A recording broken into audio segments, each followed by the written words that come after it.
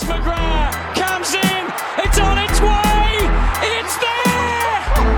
The miracle on grass! Owen with a kick to full forward, Cloak, not quite, Blair, Collingwood back in front. The scene, he delays the give, Franklin, this is Buddy Franklin! This is the greatest showman! Poor fans can't bear to watch. They led by 28 points at one stage, but the perfect storm has erupted. Oh, who else? McDonald,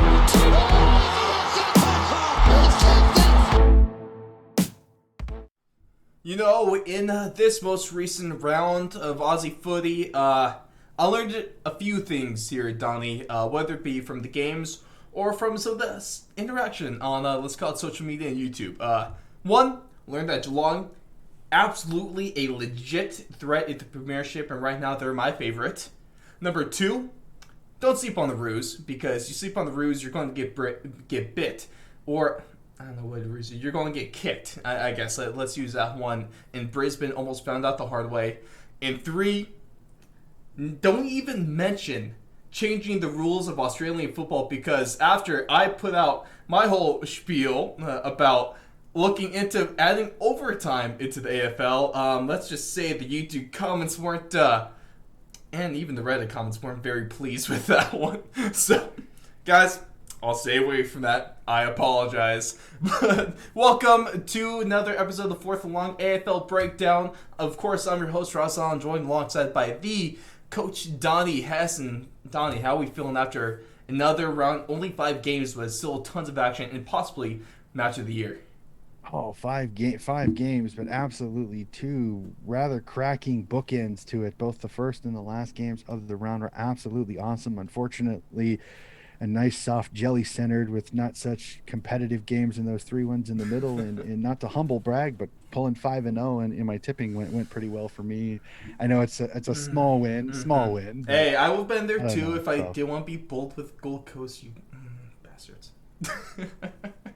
That one didn't go over too well, did it? No, it didn't work out in the way I thought it would. Oh man. But which is really funny, because I saw the statistic come up that they said since round 12 the last 3 years, Gold Coast has only won 3 games in the last 7 years. 3 games or less every year after round 12. Well, I was kind of hoping that'd be one of the 3, but I guess not. But here we are. Thank you guys so much for listening.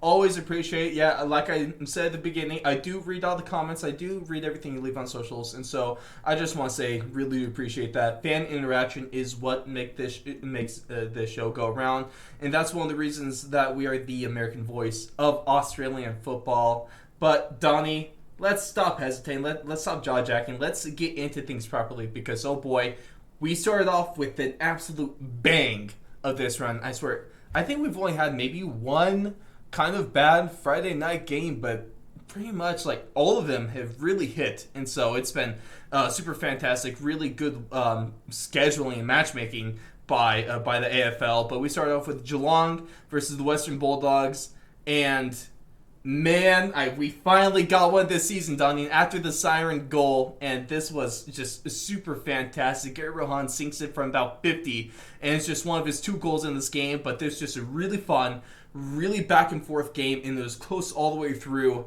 and the Doggies looked like they were about to pull it off, but then the Cats just barely grabbed that win at the last second, and I don't know what else to say besides, man, this is just a really damn good game of footy.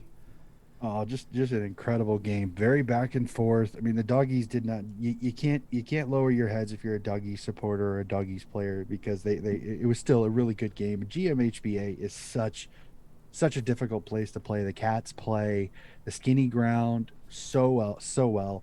And Gary Rowan, I mean, ice water in his veins. I mean, and I'm not sure if you knew this, but in 2000, this isn't the first time he's kicked an after the siren goal to win a game. In 2017, he did the same thing for the Sydney Swans against the Essendon Bombers.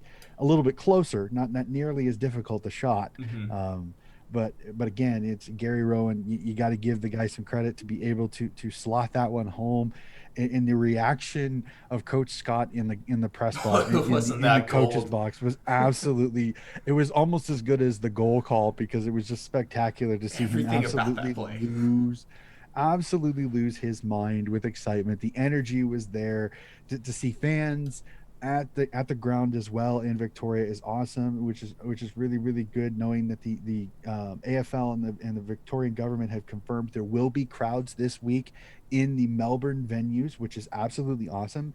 It'll be low, it'll be about 20-30% max, Yep. but still, crowds at the footy in Victoria is good. Now we just have to cross our fingers that the cluster now that's popped up in Sydney won't become an issue, unfortunately. So there might be some issues when it comes to the Sydney Swans Port Adelaide game. What time that will actually go is still up for debate, other than that. But no, absolutely cracking game. In fact, funny story, I'll tell you this, is I was watching the game, and normally on Fridays I go grocery shopping every couple of weeks, just because I have Fridays off. And I was actually in the store when Gary Rowan kicked the goal. I was listening to it on my headphones, listening to the AFL Live app, and I almost fell over because I couldn't believe it, how crazy this goal was. So when I got home, first thing I did, I had to rewind it and Yep. watch the last 2 minutes of the game. Just an incredible goal kick, and it's so much fun, and just another great start to the week of footy. Yes, there was only 5 games, but a great start is an exciting game of footy to start off. Yeah, I feel like I look kind of like a dumbass just the way I was staring at my phone so intensely, kind of shaking my fist when I was at the gym. I was stretching. I was trying to pay attention to it and watch it, and it was, oh man, I finished. I was kind of following along. I took a break from it, so I could like finish a couple little stretches. Then I get back to it, and right when I get back to it, it's like Gary setting up for that free kick. So it's perfect timing. And man, it really just could not have worked out much better than that. The one downside to this game, though, is that there's a couple injury worries for either team. For Geelong, Mitch Duncan possibly out until finals. And also the Bulldogs do lose Aaron Naughton in this one. Out of these two injuries, which one do you think will hurt the most for the respective teams? Well, Duncan's will be more severe because it is a guaranteed loss, probably until the late rounds, if not even, as you said, almost into the finals.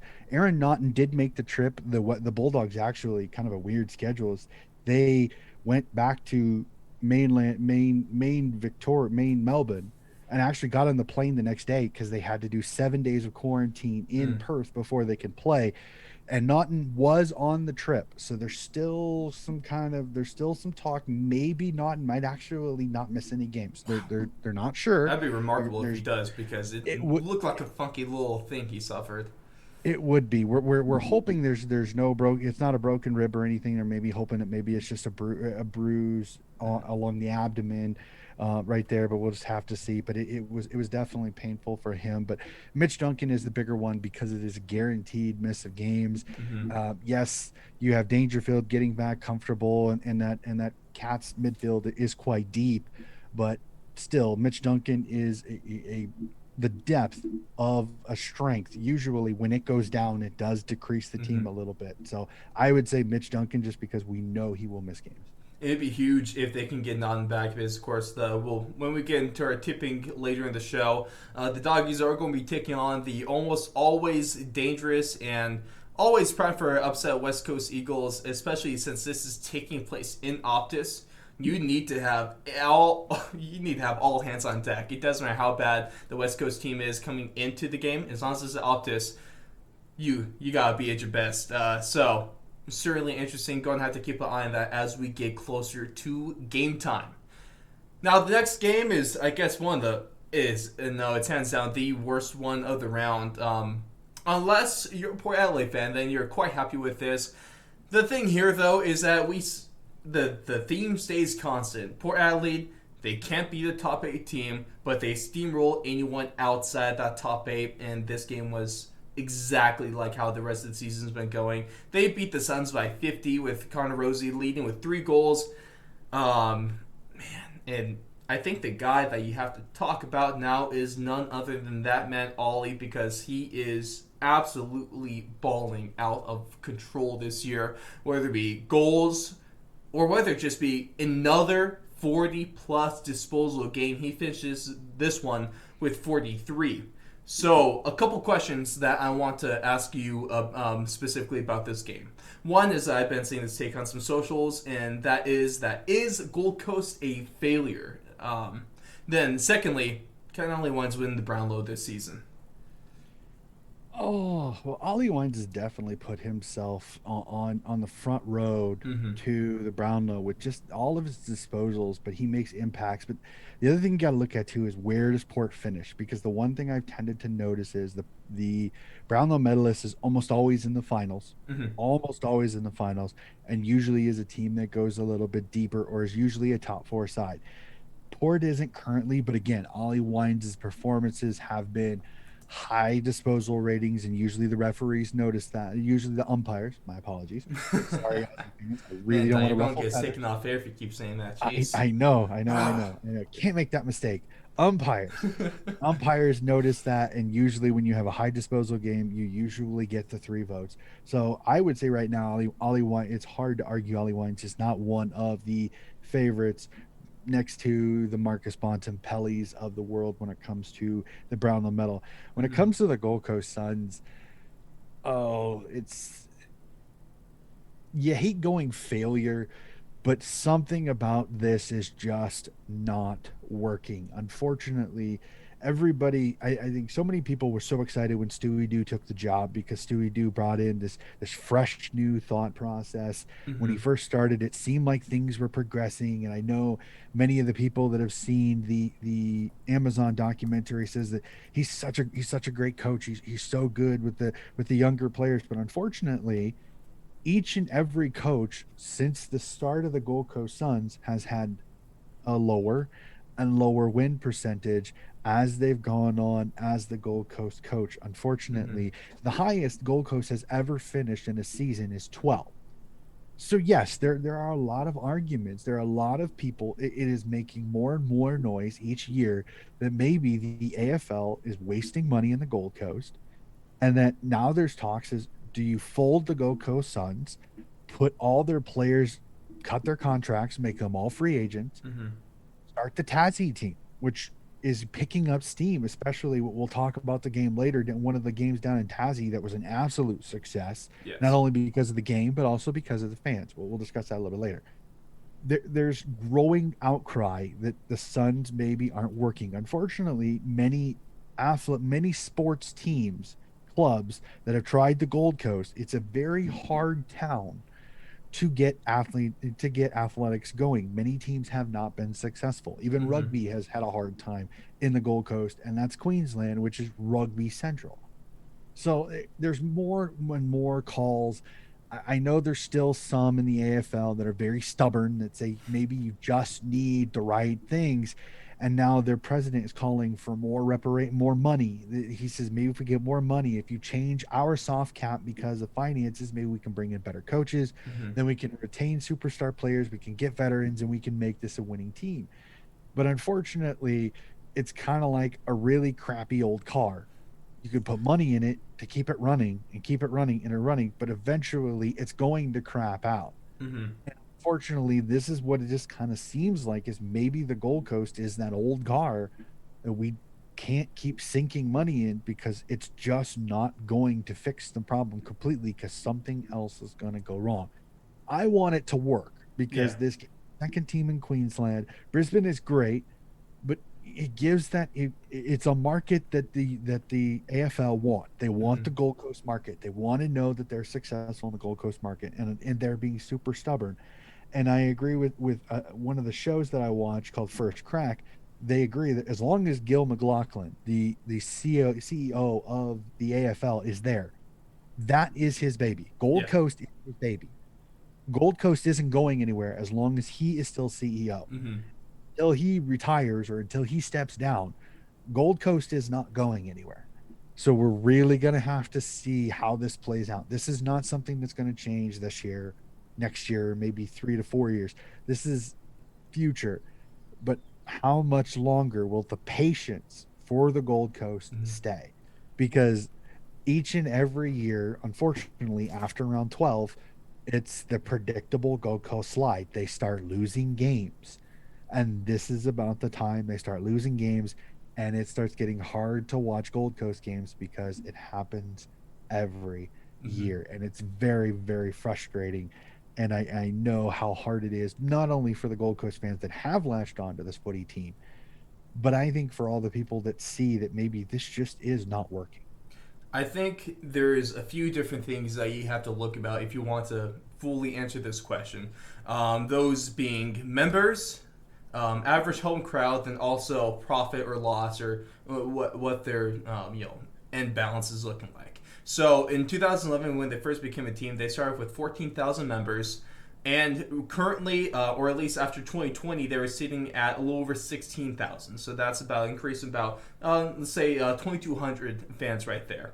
They've more often than not, they've seen a increase in memberships after seasons. Right now, they have 3 years in a row of an increase in memberships. In 2018, it was up about 500. In 2019, it was up by about 1,500. And now in 2020, it was up by a little more than 2,500. So that's positive. The one thing though is that, of course, 2011, hot new team, they had 19,000 fans at their average home games. They've dropped as of 2019 with the most recent numbers to just about 11,500. But if we want to talk profits, because ultimately, I mean, Donnie, we all know, so with any sports teams, or the AFL is a business, and what's that business about? It's about making money. They have, more often than not, turned a profit, with their biggest one being in 2018, where they turned about $1.16 million in profit. They also have had some bad years, most important in 2016, when they lost about $3 million. So obviously that's not a good look. But they've been up in 20,000 and about 1.1, and then they've been up 250 cent in 2017, 2018, and 2019. Numbers still to be determined for 2020. So there is success. It's just very marginal, and you just want to. I think ultimately, is it worth the effort? I'd say as of right now, yeah, because I like the more teams, the better. There's talks about putting 20 teams soon in the next number of years. You can keep this team. You can move it to Tasmania. You can move it to the capital city. But I think Gold Coast should say Gold Coast at least for the time being. Well, and here's a little bit of context too. Is one of those first few years they did bring in Gary Ablett Jr., which I think brought in a lot of people's eyes to the Gold Coast, because when he first came up there, everybody wanted to see Gary Ablett Jr., the son of the great Gary Ablett, one of the best players in the league at the time, coming up to play at the Gold Coast. So I think those first, like the best year that they ever had, where they finished 12th, Gary Ablett had them in the 8 at the time. But he got his shoulder, separated his shoulder around 13 or 14, and the rest of his season was basically shot. Gold Coast tanked, dropped down to 12, didn't make the finals. So there's a little bit of context of why this is so weird, because since really after Gary Ablett left, I mean, it's been a mass exodus. I mean, like we had talked about several weeks ago, they put out their all-decade team, and 12 of their starting 22 are all wearing different jumpers for different teams.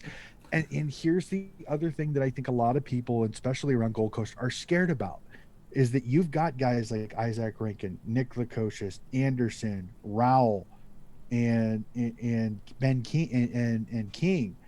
Those 5 guys right there, they have to keep them in the Gold Coast, because if they go, and that's in the next 2 years, if they go, this thing will not go anywhere, because they can't just keep giving the Gold Coast first overall, second overall compensation picks and get 8 to 10 fresh 18-year-olds who were superstar players and put them on a team and expect them to win because they're the best players in the team.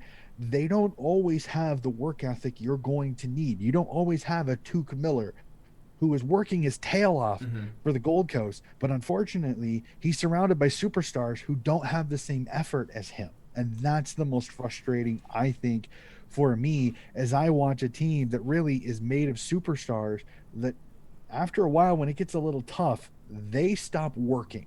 And that's the most frustrating part about it. And I think that's the reason why, for me, purely on the field, you could almost say this has been a failure. I agree with the boardroom stuff, the finances and all that, and the fan support. It is deemed a little bit of a success because at least it's growing. But unfortunately, on the field, it is hard to argue that this has not been a monumental disaster. 100%. It's one thing to argue with the numbers. It's another thing to argue with the scoreboard. Uh, two very different. I think both those numbers are trending in opposite directions at this point. Speaking about trending in the opposite direction. Maybe not. Trending down. Let's go with that as a segue. Trending down. Let's talk about the North Melbourne Roos. Their game against Brisbane looked like hell. They have a chance in this one. They were even up in the second. But this was a surprising game to me just because Brisbane they just looked off. I think that's maybe a nice way to put it. I mean, going 9-14 against this Roos team isn't really the best. Keeping them in the game for as long as they did, they really didn't pull away until about halfway through the fourth quarter. And yeah, they win by 23, but this game was a lot closer than the final score showed. And if you're a Lions fan, you were really worried about this one all the way through, especially considering what North Melbourne did to a solid GWS team. They should have won that game. If it wasn't for the GWS comeback, they would have won in the draw. But Brisbane, I would say, escaped this game against the Roos. And how worried should this team be by their performance over round 14? Well, okay, this is kind of a tale of two things here. If you're let's switch jerseys really quick for who we're talking about. I think if you're a Melbourne Roos fan, this is a continued show that your team is not giving up. They're continuing to battle. They are making teams that are above them work. This isn't the walk in the park like North Melbourne was at the start of the year. They're a little bit healthier. You get Taron Thomas back. Zeebel's having a really good year. Aaron Hall's having a good year. Goldstein in the ruck is playing really well. Zerha has become a target up front and has been able to kick goals. I don't know if this is more an indictment on Brisbane or more showing that North Melbourne is not the easy 4 points that a lot of people thought they were going to be at the start of the season. That's made me very happy considering it's making me seem a little bit smarter and like I kind of know what I'm talking about because earlier in the season, about like 5-6 rounds ago, I was talking, hey, let's not sleep on the Roos because although they may be losing, I really like the grit they're showing, and then this grit is what's keeping them in games and getting them draws and almost winning against top 4 teams. Exactly. Well, and here, and we'll flip sides here real quick. This is a little bit of the Brisbane that we've seen years before. Inaccurate in front of goal, but they put up points. They win games because they just outpoint you.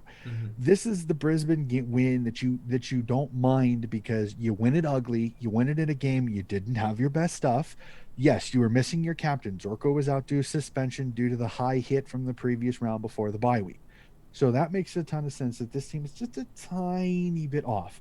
And Tassie is never easy to play. North always plays really well down in Tasmania. So the Brisbane Lions getting a win here, you kind of chalk it up to we're on the road. It's the first game back from a bye. We're missing our captain in Zorko. You kind of go, okay, we're good. You take a few things out of it and you move from there. Again, North is just going to make teams work. You are not going to do it easy. I mean, they took Melbourne to mid fourth quarter before Melbourne got on a roll. So Brisbane really much because really from the start of the fourth quarter through to the end of the fourth quarter, they really kind of pulled a close game under 2 goals to over 3 goals. So you kind of expanded your lead a little bit. North Melbourne was never really in the game. Most of it was around the 20-point mark. So Brisbane really won kind of comfortably in the end. So, like I said, for North, you take the positives. For Brisbane, you kind of go, okay, we escaped Tassie with 4 points. We escaped a North Melbourne team that if you didn't look at them on the ladder, you'd think they're mid-pack because they're tough. They're in games. They don't give up easy. They play good defensive footy when they need to. They make you earn everything that you get, and that's kind of the way it is. Unfortunately, their ladder position, you wouldn't think so because they're way down there at the bottom. I think they're going to crawl back into this. If I'm Hawthorne, I'd be a little bit concerned. North. I think North is playing a little bit better, or even Gold Coast, and so we'll definitely have to see. But this North team, that is not. If you're the Brisbane Lions, that is not a scary, a close win as you would think. Because I think North's a much better team than they showed early in the season. Great point with that one. And just real quick, while we're on the topic of roos and kangaroos, I've been seeing some things going around with that apparently there's a problem with kangaroos jumping onto cars or into windshields and just all around being a bunch of pests. Don, I don't know if you know anything about this one, if you want to confirm or deny it, but if you want to leave a comment, you Aussies listening to it, once again, thank you so much for listening. If you want to leave a comment saying let me know if they're actually a problem, because I'm really curious about this one. Everything that I've heard, they're kind of like deer. They can be really, really annoying in certain ways, and then they can be fascinating in others. I think it really kind of depends. I saw this really funny video. I think it's out in the country. There's a man driving, and then there's a kangaroo on the side. It was in the road, then kind of hopped off, and then out of nowhere, it jumps at the car into the windshield, breaks the windshield, and then runs off. Interesting. Oh boy! Well, jumped off. It doesn't. They just really heard that angry Aussie just shouting everything at that Roo, and it was a really funny video. I feel bad for the guy because that would just be really damn annoying. But deer run away, kangaroos run at you, I guess. Yeah. Well, another interesting one I saw is it's actually filmed on a footy field, and they're kicking. I think they're in the midfield, and it's on one side of the field closest to the camera, and there's like 3 or 4 just kind of grazing, and when the footy comes, they slowly start kind of, and the closer the footy gets, the faster they eventually hop off the field. But it's really kind of funny. It's like just to see that they're grazing on the one part of the pocket that nobody's at, and as the footy gets closer to them, they're like, okay, we're out. So it's really funny. Also, secondary question: which animal is more annoying to you, the kangaroos or the emus? Because one seems like a pest to cars, the other one you had a war against. So I would love to know your actual thoughts on this one. I know we got a little bit off topic, so maybe we get back on topic here with the next game being GWS and Carlton. And yeah, this is a constantly underperforming Carlton team. This is one that's been probably the biggest disappointment of the season. But especially as a GWS supporter, I am just really happy with this win because they go out, they bounce back from a disappointing draw to a team that is better than they are, but still you don't want to draw to the last team in the league. I think that's safe to say. I don't know if that's too much of a hot take. But GWS, they get out to a hot start in this one. They never trail in this game to the Blues at home. And this made me feel a little more comfortable with this Giants team as a fan of them. It brought back some confidence, especially with Toby Green in his return game. He gets 4 goals, a couple behinds, and a solid 20 disposals on this one. I know Donnie, he definitely has a little bit more words to say about this man specifically. Also, Joel Selwood later after our round recap, so hearing about a couple games or so. Never know how long that takes with us two talking. But also another fantastic performance by Jeremy Finlayson as he just puts the whole team on his back. He gets 5 goals, 29 disposals, and then he also just, he was everywhere on that field, and it's so refreshing to see that. He had a little bit of a down year last year was weird, and so I don't want to put too much weight into that. But he's looking closer to his 2019 season where he put up 45 goals that year. So that offense and that leg is back, and that's going to be a huge boost for the Giants. Just maybe give him a little more depth, a little more amount of goal scorers that they have on the team. And this is the kind of offense that they have to have if they want to make that push into the finals, which I think they can. We'll talk about the finals picture a little before we get to Selwood and Toby Green and Donnie's rant with that one. But on the other side of the footy, if you're the Blues, it's almost like at the point where you might have to just grit your teeth and try to get through the season as quick as possible because you're not really going to be able to change anything until you get to the offseason is what it's looking like. Oh man, this goal GWS could not have asked for an absolutely best case scenario opponent after the draw against North Melbourne is playing a Carlton team that is absolutely defensively inept. And it's really the easiest way to say it. GWS capitalized on a Carlton team that defensively is absolutely in shambles. They cannot figure out how to play defense. They're as leaky as an old faucet, and they give up goals. And GWS capitalized and capitalized and continued capitalizing through this entire game. I mean, when you have two superstars in Jeremy Finlayson and Toby Green go for like nine, I think it was 9 goals altogether Yep, combined. 9 goals combined.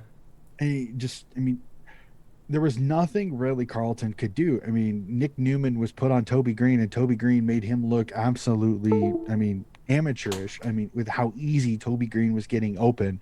And I gotta say really quickly before we go to, did you see Toby Green's torp goal that he kicked from, like, I think it was like 60 after, I think it was going into halftime or during a quarter break? Did you see that?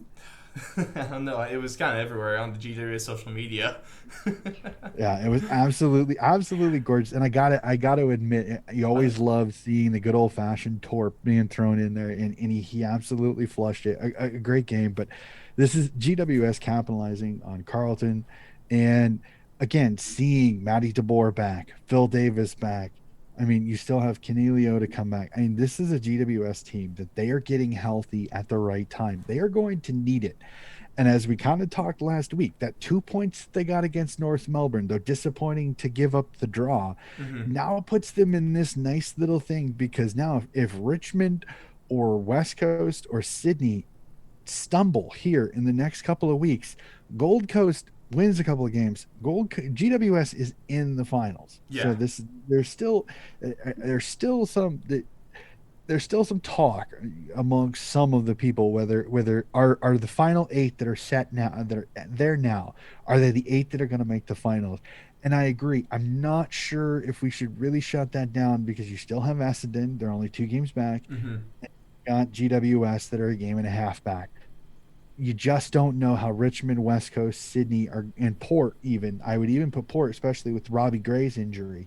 You just don't know how those 4 are going to do, because if one of them come back this next round and they lose two or three straight, GWS and Essendon are right there if they continue to play. Now we'll have to see. Essendon's road these next couple of games aren't easy. I think they've got Melbourne and Geelong for their next 2 games, so it's not exactly. Yeah, Melbourne and Geelong are the Essendon's next 2 games. So that's not exactly easy for them. They got to win at least one of those 2. And GWS this week's got Hawthorn. Should be 4 points, but you never know, especially with the North Melbourne one. And then GWS gets Melbourne. So these next two games for GWS, you're looking at it on paper, you're at least 1-1. If you can steal that game against Melbourne, you put yourself in really good odds going into the last 5 or 6 going in to the last 6 rounds of the season. But no, just a strong performance by GWS, keeping the momentum going. And the questions just continue at Carlton. Is Coach Teague the right man for the job? Do they have the right players? Are the list managers who's going to survive the potential purge this off season, after another season that's lost with no finals and very little positive hope really in the mirrors of the Carlton Footy Club? Then the last game of the round was a rematch. If we're going back to the very beginning of the season, this was a game from round 1 between Hawthorn and Essendon. Hawthorn took that first one, but Essendon, they get a little bit of payback from that game. They get a solid team win, I would say, on this, especially on the back of Jake Stringer. And team win, maybe as in, you had a few guys contributing, but what it looked like. I mean, let's look at Jake Stringer's game real quick. 29 disposals, so going along with the 4 goals, 6 clearances, 7 tackles, 12 score involvements. And at times where it looked like Essendon might be losing some steam, they might be slowing down, it was Jake that pulled them right back up. And at times it looked like he really just grabbed that team, put them over his shoulder, and was just marching with them down the field because he was kind of carrying this team for some of the game. Also, he got some help. Darcy Parish and Anthony McDonald, Tippenwoody, those guys are always going to be in the mix. It seems like Tippenwoody is already putting up a 2-goal, one behind kind of game, and it looks like Parish is always getting like 20, 30 disposals. So I love the consistency that both those guys bring. It's nice because those aren't. I mean, Parish, those 30 to 40 disposal games, those are huge. But McDonald, Tippenwoody with 2 goals and behind, that is a huge performance. But if you can get that almost every game, that's a really, really good player to have. Of course, I mean, that guy can just kick a goal from anywhere too, which is super convenient. And I still think that Essendon has a fantastic future. If I got to ask the question, and mostly to the listeners, is which is it? Because either I say that when I say that Essendon is going to be a premiership team within 5 years, I have half the people tell me that that's a lukewarm take at best. Then I got half the people saying that I'm a moron for thinking that. So I really don't know which one to go with here. Donnie, maybe you can help me out with this one. Well, here's the thing. I don't think you're jumping off too high a limb on this one because if you really look at it, there's that nice young core on this team. Parrish is starting to kind of grow into it, but again, they do have to re-sign him. Mm-hmm. Stringer has a great game, but Stringer occasionally is kind of hot and cold. He's Jekyll and Hyde. Sometimes he's absolutely spectacular, like this game, and then there's a game where he's almost incognito. You don't know where he is. Did he Kind of play? reminds me of like a Cale Hooker sometimes. A little bit, unfortunately, but I think there were 2 performers that I really thought stood out that they may not have been they may not be the star-studded, but they made impacts, and that's Harrison Jones, the really tall forward, had several really good marks, goes 2 goals, 1 behind with 14 disposals on it, and ends out getting the rising star for Essendon, their second rising star of the season behind Nick Cox, the young wingman, the fleet-footed wingman from the draft this last year. And then another one that I've really been impressed with because he stepped into Adam Saad's place and has almost been an upgrade, and that's Nick Hind. He goes 25 disposals, a goal in this game, and just another. I mean, he was absolutely everywhere. But not only was he good going forward, but he also has 10 intercept marks during the game. He's absolutely everywhere. He runs through the middle, has several run and bounces through the game. So this was a game where it wasn't just like, yes, Stringer goes absolutely bananas, 29 disposals, 4 goals, and the one-handed goal, which is absolutely, I mean, ridiculous that he pulls that off. But it's just consistency. Heppel from the defense, 24 disposals. Zach Merritt, the midfielder who just re-signed with the club, 27 disposals. Ridley, 25 disposals. Langford, 19 disposals with a goal. Parrish, as we discussed earlier, 24 disposals, but a goal late that really sealed it for him.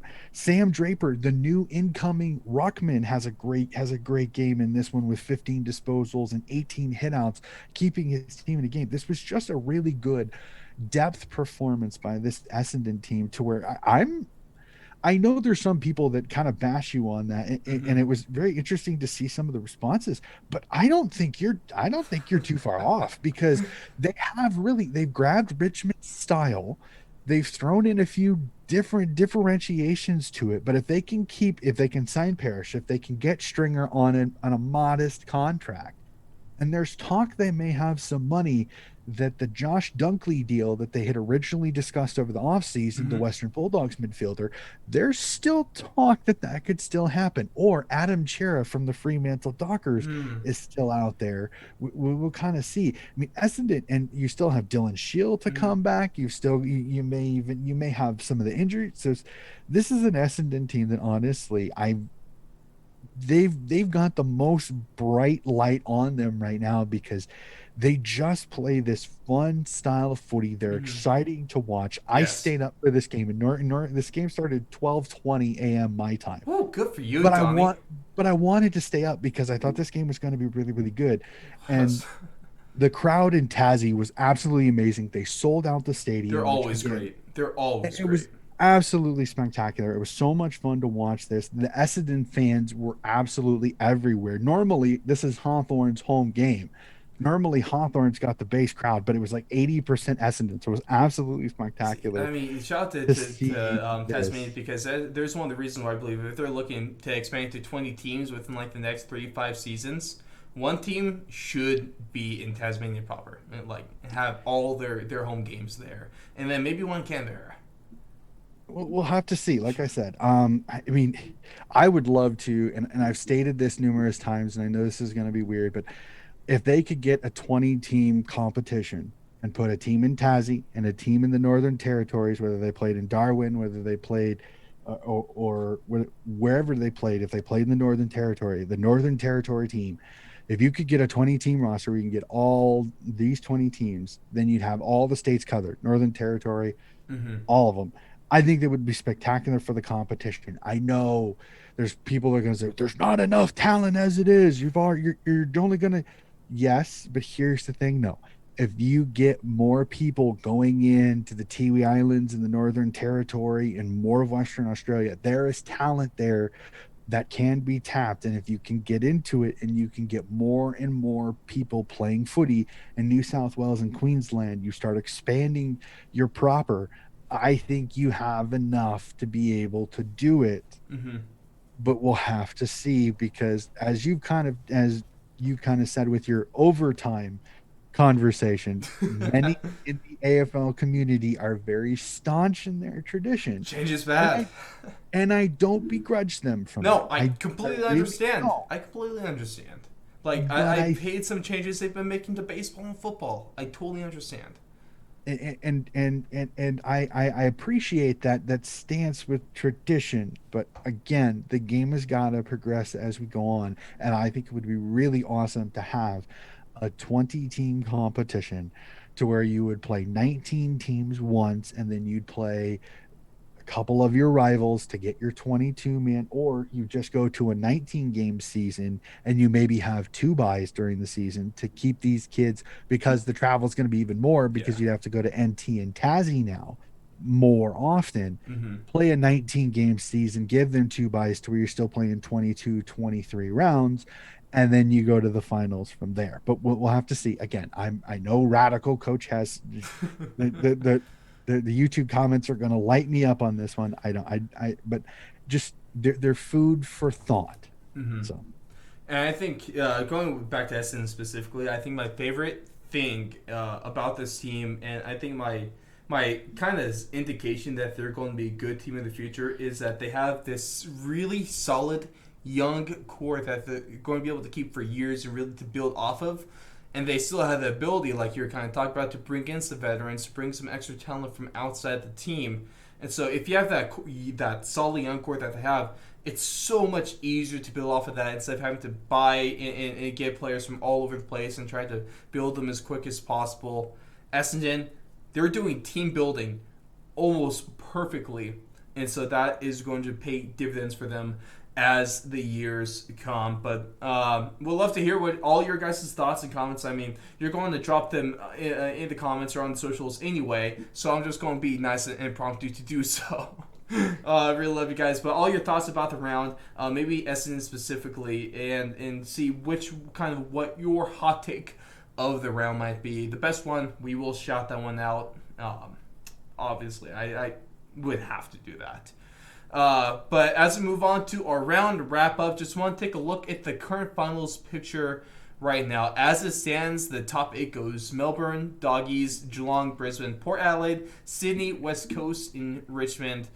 9 and 10, and really the two teams that had the best chance, I guess Fremantle is tied with Essendon in points. So Freo is right there at 11, but realistically, not as much. The two teams more than likely that will make it in that are in the top 8 right now is GWS and Essendon. GWS 26, Essendon 24, and the two teams most likely to drop out is the 7-8 team in West Coast and Richmond. West Coast being at 32 points, Richmond being at 28 points. So, Donnie, out of those, let's focus on the two teams in the top 8 still. Out of between West Coast and Richmond, which team do you think is more likely to drop out of the top 8?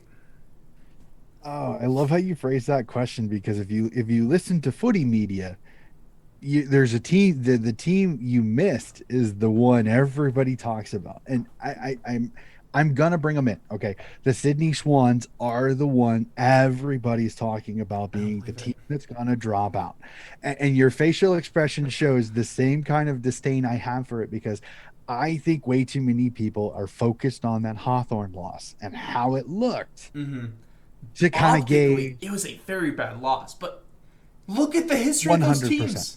Look at the history 100 of those teams. 100% agree with you. But as I stated that day, Hawthorne's coming off the bye week. They had 2 weeks to prepare for Sydney. Sydney had been playing previously. They looked tired midway through the second quarter. This Port game coming up this week, I think, is absolutely crucial. If Sydney can go into Adelaide and get 4 points, that's going to make most of the media response to them, I think, is going to then flip it on Port because I think whoever on it, like I said, I'm not trying to change your question, but West Coast is getting healthier. Yes. Shuey's coming back soon, and I think they're still going to get at least 4 games at home. So I think West Coast is going to do enough to stay in. Richmond, it's the same thing. It's Richmond all the time, Unfortunately, man. You can't they are count kind of Richmond no matter what. they're the zombie that you can't seem to shoot in the head. Right. Unfortunately, they just keep coming. Unfortunately, yes, they have the 4 points back from West Coast in Sydney, but honestly, I'm going to state it now, and I don't want to hurt anybody's feelings here. I think the loser of the Sydney Swans Port Adelaide game is much more ripe to fall out than West Coast and Richmond, as I see it currently. Again, Just Richmond wait till we really get to our tipping, I guess. Gotta stick around till the end of the show.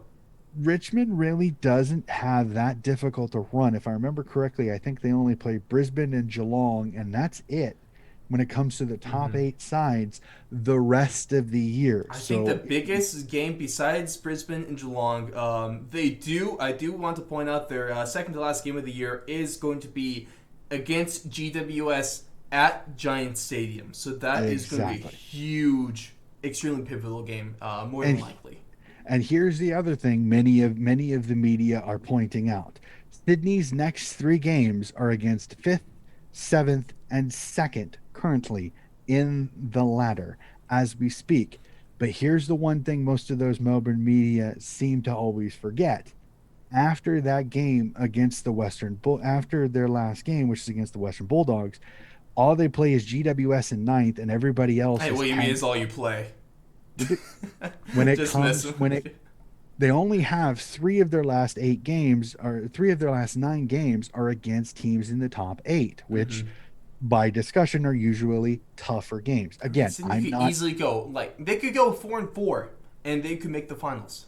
exactly, and Yeah. that's and but this 3 game set here with Port, West Coast, and home, and then back to Victoria for the Western Bulldogs.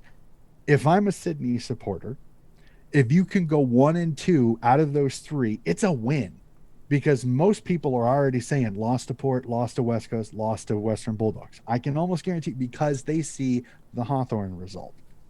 So right now, again, because they're paging the Sydney Swans of the Hawthorn game, I don't think they're going to see.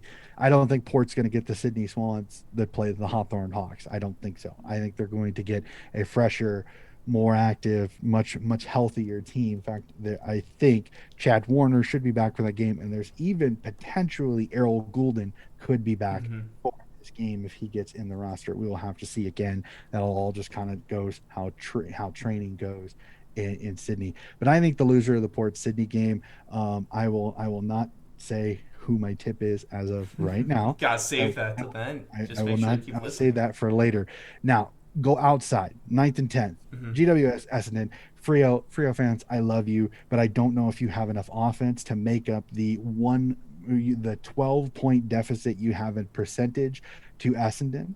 So I'm not sure if you're going to get in right now. I'd love to see you be there. I just don't know if you have the offense to be able to get there. So I'm not trying to put a line through you, Frio, but I'm going to just for this discussion.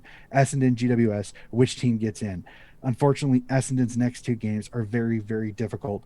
Geelong, Melbourne. Unfortunately, I just don't know if you have enough strength to beat those two teams. They're playing really, really well, and not getting 8 points in these next two games could be critical because you could fall even further behind GWS if GWS win, which I think they have a really, really good shot of getting a couple victories over the next two rounds, especially with Hawthorn coming up this week.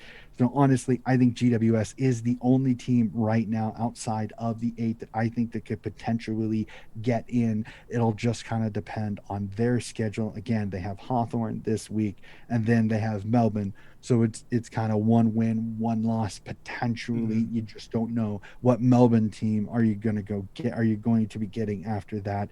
And then you have the Sydney Derby in round 18 with the Sydney Swans, which again could be absolutely critical at that time for both of these teams, because you could see 8 and 9 at this point with the winner being in and the loser being out. So I would say GWS right now is the team I see getting in. I see the loser potentially of Port Sydney being the team that drops out, just because I think Richmond and West Coast are starting to pick up at just the right time. I would like to put a lot of weight into your take with Sydney and Port Adelaide. Probably the loser of that game very well might be the team that ends up missing it. With Sydney, I have a lot of faith in them to at least finish within the top 8. Port Adelaide, I don't have faith in that team, but I still think that somehow they're going to finish in the top 8 just because they might be able to scrape together enough points against non-top 8 teams to actually make it in, because that's just kind of seems what they're going to do right now. Richmond, I will never say no to them, just because more than likely you're going to be wrong. So for me, it actually is the West Coast Eagles, which I'm mostly worried by, or the team I like to point out mostly to be the one to miss it. And keep in mind, between these 4 teams that we're talking about, it's all razor thin margins, okay? There's not really like an obvious team that's going to drop out. There's not an obvious team that's going to stay in. But for West Coast, they are getting healthier, but they do have this tough stretch of games. They have this game coming up this round against the Western Bulldogs. Luckily for them, that is at Optus, but then they also have games against Sydney. They have games on the road against Adelaide. They got games on the road against Collingwood, because I now say Collingwood over the last 2 rounds because it looks like maybe they're... I just don't know what to think of Collingwood, so I'm just going to circle that game. They do have Melbourne in round 21. That is at Optus, but it could be the Demons playing... that's going to be a tough game to call. Can't wait till we have to do our tipping for that one. They have Freo at Optus, but technically this is going to be a weird game to pick because both teams play great at Optus, but both teams are at Optus. Technically, Freo is the home team, so maybe they get the rub. I really don't know, but they also capped the season with the Brisbane Lions. So I see maybe 4 wins out of these last games for them. On the low end, it might be 3. And then for GWS, the way it looks is that I see a floor of 4 in these last 10 games of 4 and 5. Those games being Hawthorn, Gold Coast, Carlton, and Essendon. I see those games being wins, but where you might be able to get a little bit of leeway there is maybe the Sydney game, maybe the Port Adelaide game, and hell, maybe even that Richmond game. So I see a floor of 4 and 5, a ceiling of 6 and 3, 7 and 2 if you're being really optimistic about this team. So I think GWS, if everything goes bad for West Coast and everything goes well for GWS, it could be GWS hopping over the West Coast Eagles for a final spot, probably number 8. Man, it's going to be really interesting to see how this whole thing plays out. Yeah, because here's the other thing. As I just went through it, and here's how I think where many people are pointing out. So Sydney plays Port Adelaide this week. Then they host West Coast. Yep. Go down to Victoria for the Western Bulldogs. Then get the GWS Giants. But their final run home, for a lot of people, they say is smooth sailing.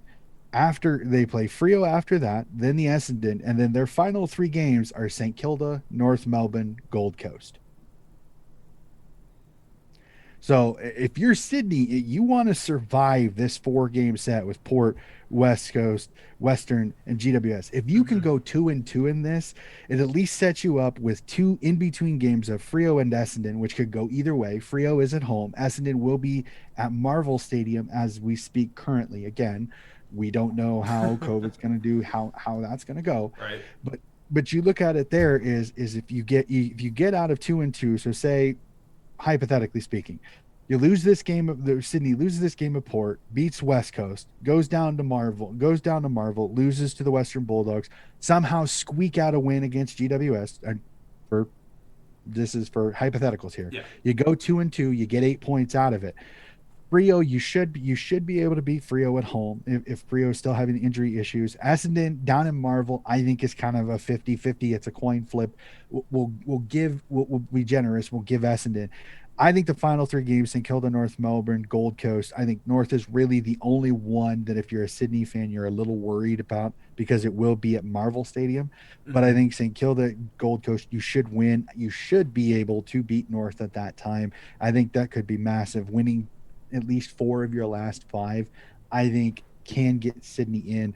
But again, it's this horror run of 4 for the next coming back from the bye. If you're Sydney, you will be wrapped if you're 2-2. You'll be ecstatic if you're 3-1. Like, I think the Western Bulldogs is the only one you look at and you go, you're definitely, that's not easy. Port, I think you can go into Port and win because I think Port losing Gray is a tough one. Going and playing West Coast at home, for some weird reason they leave Optus Stadium, and for some weird reason something goes nuts. I don't know what it is. And GWS, you've got all that momentum. The rosters are a little bit different. It'll kind of depend on what the pressure is like on GWS at the time, how their next couple of games go. So it's going to be a crazy next 5 or 6 rounds to see how this ladder is going to change. It is going to flip, and I cannot wait for it. Ultimately, what I think it really comes down to is if you're a GWS or if you're Essendon, you're going to have to hit your ceiling of wins over this last stretch of games, and you're going to have to hope that someone currently in the top 8 is going to have to hit their floor in terms of wins if you really want to jump it. It's a little bit play good, get lucky. And like you said, Tanya, we're going to have to wait and see on this one, but I'm super excited. And I do have a strong belief that my Giants can find a way to make it into the finals. Whether they're going to do anything with that, who knows? But it'd be nice to at least see them make it, especially after choking it away last season. But if you want to stay on the topic of the Giants and finals contenders, let's look at Toby Green and Joel Selwood, because they've had some on-field issues in round 14, and Donnie has some things to say, so please take it away. Okay, now I am, call me a stickler, call me a stick in the mud, but I am getting thoroughly enraged that the fact that these continued punches are being allowed in the game. I agree with what pundit Dave King said, is if you want to stop this crap from happening in the AFL, you got to start suspending guys. And I know Toby Green is a spectacular player, but when you punch Nick Newman in the guts, everybody knew he was doing it on purpose. It wasn't an accident. You should start suspending these guys for this. It is absolutely embarrassing that the AFL continues to slap these guys on the wrist with these minuscule fines that are just absolutely ridiculous. And then to add on to, okay, Toby Green has got a record, but Joel Selwood, I am really sick of this. He's a great competitor mantra for this guy. This crap needs to stop now.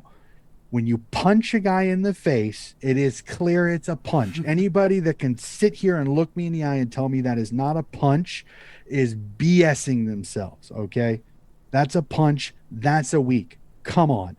I don't care what type of competitor you are. That is absolute dog crap that was allowed, and he's going to get a minuscule fine for that. If you want to stamp this crap out of the game, if you want to get people stop punching each other, start suspending guys for it, because you're going to see it stop and stop quickly, because guys are not going to want to miss playing footy. I understand Joe Selwood is a respected player, but if you want to teach this guy not to be able to get away with this crap, It needs to stop now. Mhm. I'm sorry. You are not a great competitor if you're gouging guys in the eyes and punching them in the head while they're down. That is nowhere even close to competitiveness. That is just, pardon me, Australians, I'm going to use a term you love to use, being a dickhead. Plain and simple, that's the way it is. I'm sorry. I'm not trying to be really, really, really angry about this, but it really irritates me that I see a game being absolutely crapped on by a couple of guys that are so much better than this. Toby Green is too talented a player to pull these crap off. Joel Selwood, you're a captain. Act like it. Come on. Respect the game, respect your opponents, and maybe, just maybe, you'll get it back. Because if you continue to do this crap, maybe people will start doing it to you, and then maybe you'll get that it's not such a good idea. Come on, pull your head in, mate. Pull your head in.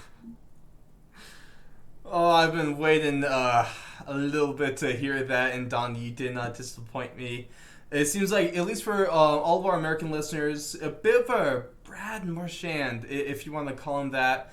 And I guarantee you, since I'm a fan of Toby Green, I think his antics are funny, but I guarantee you that if I wasn't a fan of this team, I probably hate the man. If I'm being honest, I definitely do have a bias towards him just because he puts a lot of points on the board. So I'm going to love him. Like you, the Boston Bruins fans, they love a little bit of Brad. But to everyone that isn't a fan of that team, they're a bit of a rat. So completely understandable. Don't get me wrong. I don't hate these guys. I hate the actions. I think they're incredible footy players, and I respect them. There's as a footy difference. players. Yes, I understand. Yeah. But when it comes to it, when you're so much better than that, that's the part that irritates me, when it's not necessary. What are you gaining from it? You're not gaining an advantage. You're just looking like a dickhead. Come on. Yeah, I mean, probably not gaining too many fans with that one. Hell, Especially not opponents. Definitely not. Especially not opponents. Shoot, you might be going a little Gold Coast when it comes to trying to gain some fans, and just might not be going as well as you hope it would. But Donnie, it's that time again of every show. Give us your team of the round.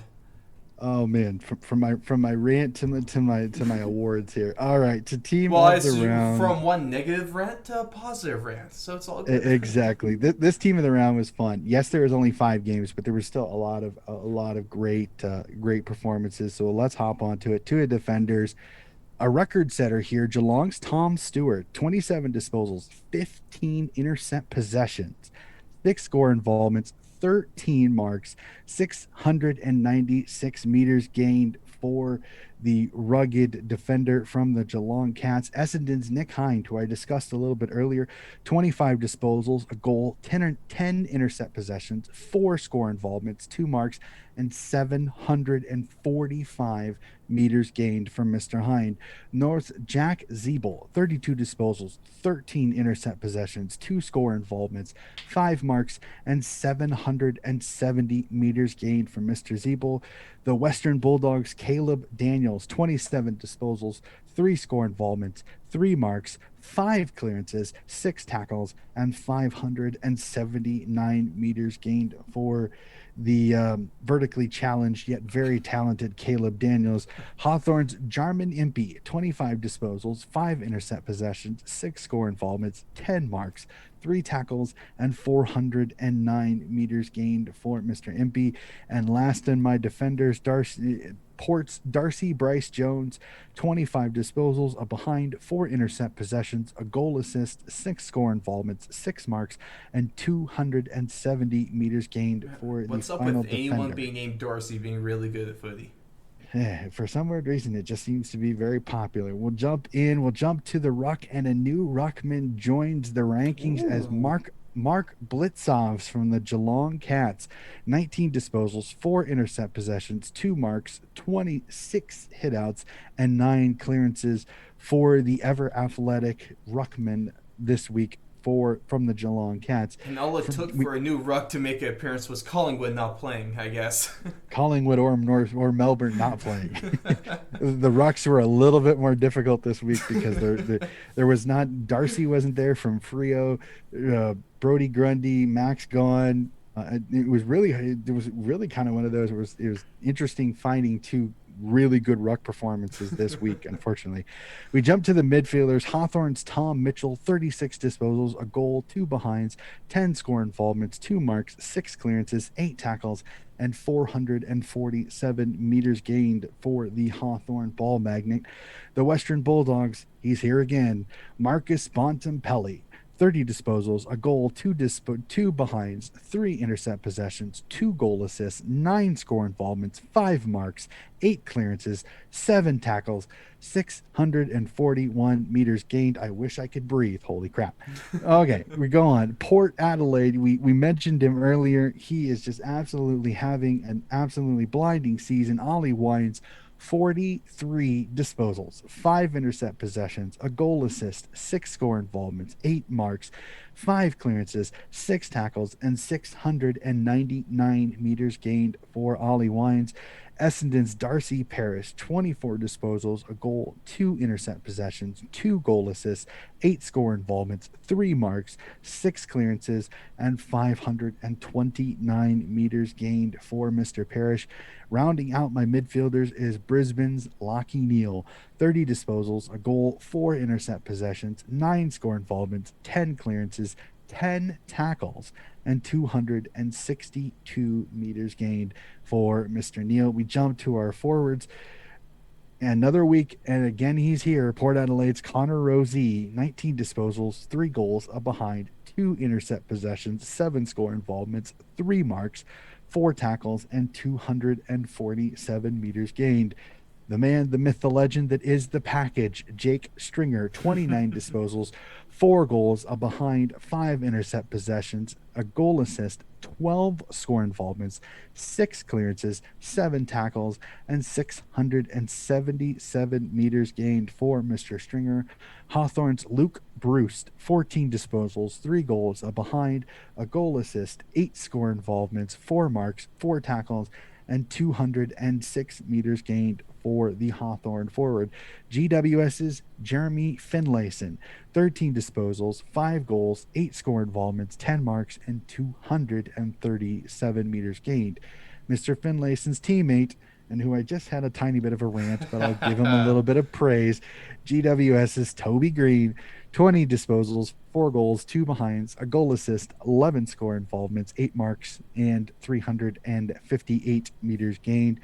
Rounding out the starting lineup is Carlton's Harry Mackay, 13 disposals, 3 goals, 2 behinds, 6 score involvements, 8 marks, and 278 meters gained for the Carlton's new signee, Mr. Mackay. Going to the bench, I had to give him a little bit of love because I think he really stepped up for Essendon this week. Essendon, my ruckman is Essendon's Sam Draper.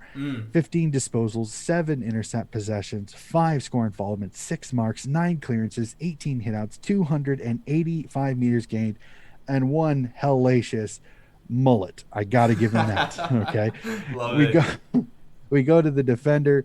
GWS's Nick Haynes, 22 disposals, 10 intercept possessions, 3 score involvements, 10 marks, and 237 meters gained for Mr. Haynes. My midfielder is Geelong's Sam Menengola, 27 disposals, 2 goals, 6 intercept possessions, a goal assist, 6 score involvements, 8 marks, 6 clearances, and 475 meters gained. And just like last week, a game-winning goal kicker is going to have to be in my team of the week. Forward, Gary Rowan from the Geelong Footy Club, 11 disposals, 2 goals, a behind, 3 score involvements, 5 marks, and 260 meters gained for the former Swan, now Cats. And that is my team of the week. Let's get on into the last couple segments of the show, being the round 15 power rankings and tipping. And would you believe it, another week where Donnie and I have the same 5 teams, but there's just one switch in rankings. I swear this happened like the last 5-6 rounds. It's really quite the blast, but at least we got similar ideas, not exactly the same, but our top 3 is going to remain exactly the way it was from last round, with that being 1, 2, 3, Geelong, Brisbane, and Melbourne. You have to keep Geelong with the huge win in number 1. Then Brisbane, Melbourne, not really moving just because They didn't have any games, and there wasn't really a team that passes them at this point of the season. But where the difference lies is in the last two. We got the Doggies and we got the Bombers making the top 5. And not only do they make the top 5, but for me, after a Doggies loss and Essendon winning 4 of the last 5, the only loss being against the Richmond Tigers, I got the Dons number 4, Donnie. All right, how do you like them apples? And I thought I threw the curveball with having Essendon at 5. I thought you'd have West Coast there. Donnie, come on. Hold up. Well, the people watching the YouTube video will see my reaction when you said we had the same 5 teams. I went, what? Right? But the thing is, you can't out hot take me. I'm always the one that goes a little bit bolder. So once you think you go bold, oh yeah, I go a little bit extra just to get that one up on you.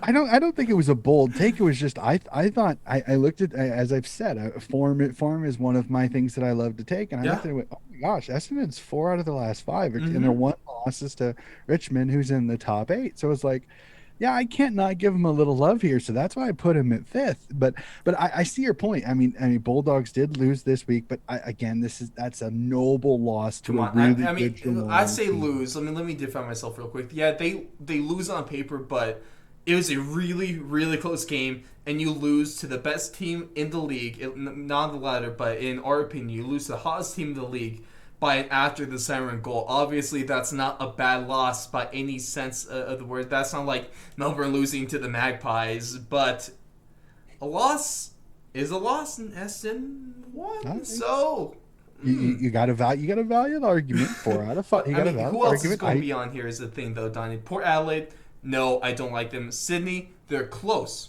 But also that loss to Hawthorn really kind of kills them. Richmond has lost 2 of their last 3. West Coast is still kind of, there's still a few question marks there, and I think they were 2 and I think they're 3-2 in their last 5. So we'd love to put GWS up there, but 2 rounds ago you topped North Melbourne, so hell no, you're not getting top 5 after that. I don't know. The draw is still a semi-win, but I don't know. But it just, I could not give Essendon a little bit of love. Yes, it's Hawthorn, but that's a Hawthorn team that plays Tassie really, really well. Yeah. You get a big win. You've won 4 out of 5. Your only loss is to Richmond on the road, and you played them close for 3.5 quarters. I got to give them a little bit of love. And they got a nice test this week playing Melbourne this week. So I'm really looking forward to that one there. That will be an exciting game of footy to watch. Oh, that's going to be a great game. Let us know. Love it or hate it. Our power rankings. Let's see if you guys have some differences there. Some team that we might be a little too cold on. And then maybe a team we might be a little bit too hot on. We'd love to see what you guys got for us. But let's cap things off with our round 15 tipping. Donnie 5-0 from last round. Definitely better than round 13. Both of us. Oh, that was a bad round. And for me, 4-1. I tried to be a little bit bold with Gold Coast, but obviously, like we already mentioned, that did bite me in the behind quite a little bit. But I want to tip the hell out of this first game. Another fantastic Friday game between the Brisbane Lions, the Geelong Cats at the Gabba. This is going to be nothing but exciting. Donnie, who are you taking in this game? Oh, man. Everybody would say, okay, so Geelong comes off a great win against the Western Bulldogs. Geelong is playing really, really well. They go to Port and win the game before that. But I'm going to pick Brisbane on this. It's up at the Gabba. Brisbane always plays the Gabba really, really well. You do have history. This is the controversial ending where Geelong gets the win because of the no holding the ball call. So I'm very interested. It was round 2 or 3. It was one of those 2 right there. We'll double check it right here. We're gonna have to go back fact checking and let's see. It's round 2. Round 2 was the round where that happened. Nice memory. I'm gonna go Brisbane on this. I think Brisbane coming off the bye. Zorko coming off the game against North Melbourne. You survive it. You're back at home. Zorko's back in the lineup. I think they're getting a little bit healthier. For some weird reason, when you're a little bit older team, sometimes these back-to-back tough games, the second one you're usually not as sharp, and you had to survive the game against the Western Bulldogs. You come up against a vibrant, not really tested massively Brisbane Lions team. I'm going to go the Lions on this one. Primarily, they're at home. They have the younger legs. I'm going to go Brisbane on this, but I don't think this should really hurt the Cats. I think this is under 2 goals. I think this is another absolute cracker on Thursday night footy. Man, isn't this just? Oh yeah, thank you, Thursday. Isn't this just a really, really close game? This is going to be some high quality stuff right here. I'm super excited to see it all go down. There's a lot of signs that say Brisbane, but also I'm looking at the signs that are going to lead me to tip Geelong. I just like the wave of momentum that they've been riding. Footy, like a lot of other sports, it's a huge game of momentum, and Geelong is carrying that one, getting a huge win over the Doggies team. Brisbane struggling in their game against North Melbourne. And I like Geelong more than I like Brisbane, just because I feel like they're two very good teams, very competitive. I feel like Geelong might just be a little bit more, I guess, put together. I like a little more of a veteran presence, and not like the old team, but they're definitely tenured, and they've been in every situation that you could throw at them. So I like this. I like the form that Geelong's running with. Signs, I mean, it's going to be tough that they're playing at the Gabba, but I can see Geelong pulling this one off. And if Geelong versus the West Coast or the Western Bulldogs wasn't match of the round, man, this one very might be. Moving on to the next game, though, between Richmond and St. Kilda, especially at the MCG, I'm taking Richmond. It might be closer than maybe expected. It's probably not going to be a blowout, but I like the Tigers in this one, man. There's no way I'm picking the Saints. Fortunately. As ugly as the Saints season has been, it is so hard. And I think Richmond, MCG, yes, there'll only be about 20,000-30,000 people there, but most of them will be Richmond fans. Yeah. I think St. Kilda's fans are slowly starting to get that this season is a lost cause, unfortunately. The whole issue with the club not backing players going home really kind of frustrated me a little bit. They're kind of on my you-know-what list along with Joe Selwood. No, I'm just kidding. I'm going to go I don't Richmond think anyone's on this worse one. on your list than one pundit to not be named that was talking about not going home for certain childbirths. Let's want to put it at that. Yeah, let's not go with my wrath on that one. I think Richmond wins this one. I think Richmond wins it big. I think they're coming back fresh. They're coming back healthy. I think, unfortunately, St. Kilda gets a Friday night footy matchup, and it might be a public destroying. Unfortunately. Oh, I'm kind of looking forward to this one if you like a little bit of offense in your footy. The next game between North Melbourne and the Gold Coast Suns is that I really like North Melbourne in this one, especially with the whole after post round 12 thing with the Suns that they got going on, with how gritty and how good this or how I guess exceeding expectations. If you want to put it that this Roos team has been, I like the Roos. I like them by a couple goals in this one too. I am with you on this one. I got North Melbourne again. The Gold Coast fade, unfortunately, is in full effect. I think North Melbourne, as I said, against Brisbane, they're a tough, gritty side. I think they're going to beat this skilled, not as hard a working team to a pulp in this game. I think North Melbourne wins this on grit and toughness, to be completely honest with you. Next game we got at Marvel. So shout out to Richmond not having to play there at this round. Apparently, it's a big deal for you guys. So congrats. But we got Collingwood and we got the Fremantle Dockers. This is going to be Collingwood's first game in the post Nathan Buckley era. And if they keep the things going like they have played the last couple rounds, I really like them in this game. I'll tip Collingwood. I'm going to tip Collingwood on this one, but this one scares me a little bit because Darcy Moore is down with a knee injury, but it sounds like that you could potentially get both Brody Grundy and Adams back for this game. Mm-hmm. I'm banking on both of those two potentially being back, and just the fact that Fife is not back. You're going on the road. Unfortunately, this Freo team, for some odd reason, they leave the confines of Optus. and their horrid goal kicking gets worse, Is which that is maybe it's not a team thing? Maybe it's the curse of Optus. You are always going to be really good at that stadium, but anytime you're not, you're just not good. You're going to play poorly. Maybe that's the thing, man. but even with those, if you get those two back, yes, you lose more. I think Collingwood being at home, playing Frio, who's on the road, I'm going to go Collingwood on this one. I think they've got a little bit more of the mojo back.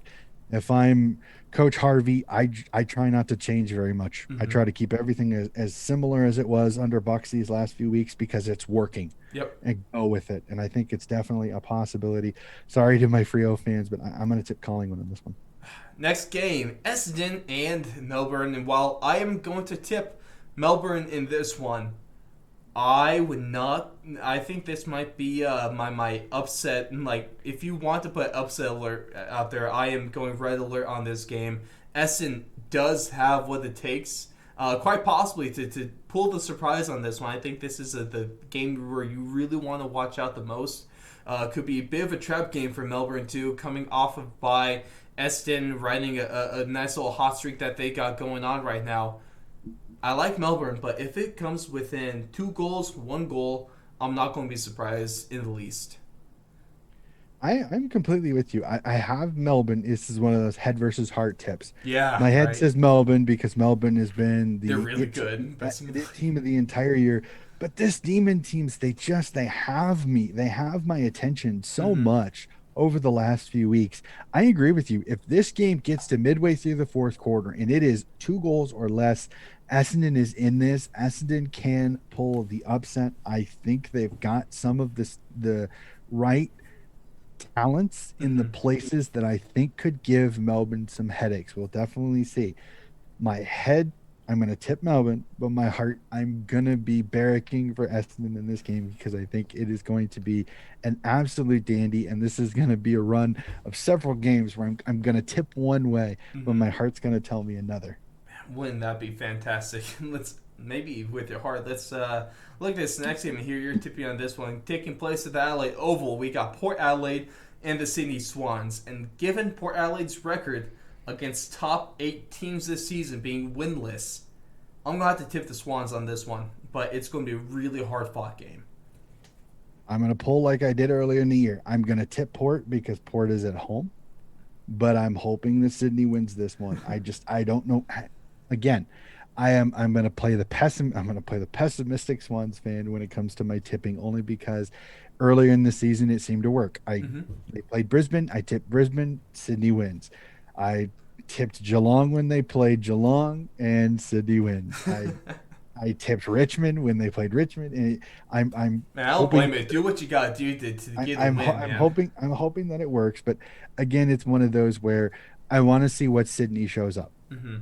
Is it the Sydney that showed up against Gold Coast and Hawthorn that horrible to the footy, second place, gets beat to a lot of the things? Or is it the Sydney that played earlier in the year that is dynamic offensively, good defensively? They may leak a few goals here, but by the time they start leaking goals, it's already over.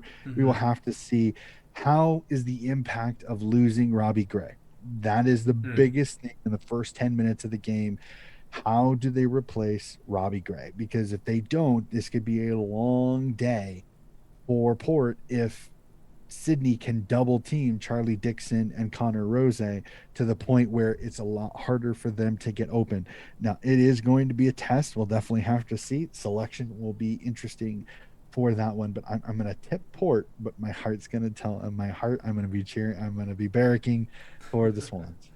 Well, here's hoping that both Sydney teams get a big win this round. And now the next game, we got the Giants at Giant Stadium against the Hawthorn Hawks. And while I am a little bit weary about this game, these Hawks, they do play a lot of teams competitively and maybe overperform, or at least outshine expectations about this team.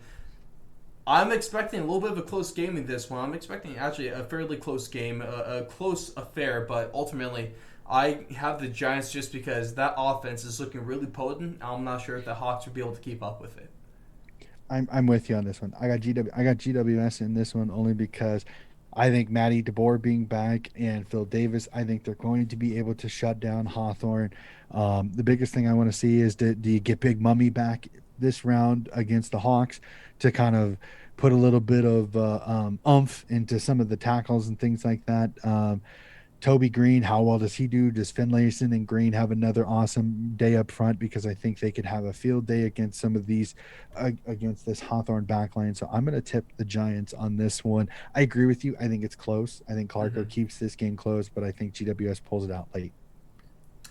Next game of the round is going to be at Optus Stadium, the West Coast Eagles and the Western Bulldogs. And the last time I tipped against the West Coast, it was when they were in Optus, and I was like, hey, let's be a little bold. Maybe they'll actually lose this game. I learned my lesson. I will never again tip against West Coast, no matter the situation, as long as they're in Optus. It's going to be a really good game. Wouldn't be surprised if the Doggies pulled this one off, but West Coast. Nick Nat-Nui, West Coast at home, so difficult. Potentially of Luke Shuey being back. I think this West Coast team is going. I think they could be hitting their stride at just the right time. Elliot Yeo is 2 games into his legs. I think this forward line is going to give the Western Bulldogs absolute headaches. I think the midfield for the West Coast Eagles is going to have just enough to keep Bontempelli and Libba from absolutely blowing it open. I have the Eagles as well in this. Again, Optus Stadium magic. I have the West Coast Eagles. It's so hard to tip against them, even though it doesn't matter how badly you want to tip against this team. As long as there's Optus, it's more than likely you just gotta go with the Eagles.